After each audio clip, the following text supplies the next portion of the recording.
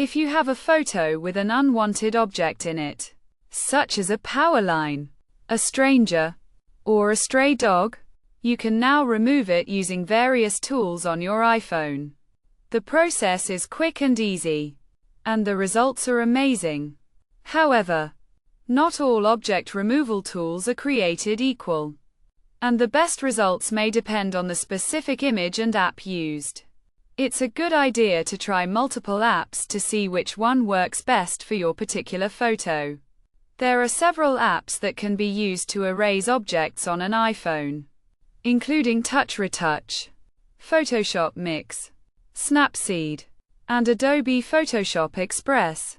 Each of these apps has its own set of tools and features, including the ability to erase objects, clone objects, and adjust colors. For example, Snapseed, which is developed by Google, offers a comprehensive set of editing tools, including a healing brush that allows you to remove unwanted objects from your photos seamlessly.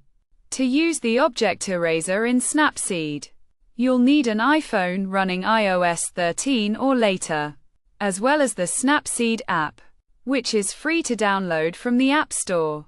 Once you've installed the app, you can open it and select the photo you want to edit.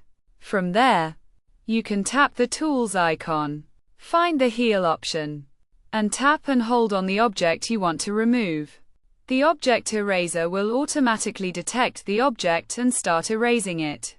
If the object eraser doesn't completely remove the object, you can try zooming in and erasing it again. For best results, it's a good idea to make sure the photo you're editing is in good lighting, as the object eraser works best on photos with clear edges between the object and the background. You may also need to be patient, as the object eraser can take a few seconds to process the image and erase the object. Don't be afraid to experiment and try different approaches, as the healing tool can be used to achieve a range of effects.